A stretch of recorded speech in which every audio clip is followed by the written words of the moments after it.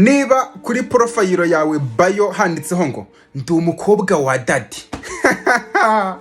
mukobwa wa dadi, umwana wa dadi, please ntabara ibyo ngibyo. Diane wowe uri umukobwa wa dadi, kandi ubwo ukuntu ugaragara inyuma uri wa mukobwa ushobora guca iriya muri hehe, ufite n'igikapu cyuzuye amadolari, hakaba nta n'umuntu uguhanga ijisho mu masaha ya nijoro, saa sita za nijoro, ugatambuka ahantu hari amabandi menshi hameze gute, akaba nta n'umuntu ukureba ugushishikariye.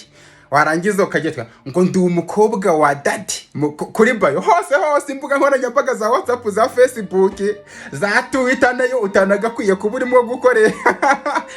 Niyo waca mu ishyamba ry'inzitane, hamwe noneho hakanganye cyane, haba hari amabandi, abasore bafata ku ngufu, bande bose bakaba batakureba. Ndi umukobwa wa dadi, Diane please ntabara ibyo ngibyo ni ukuri. Ingoro nini icinyiye umuhezi irutwa n'itongo ry'umukunzi.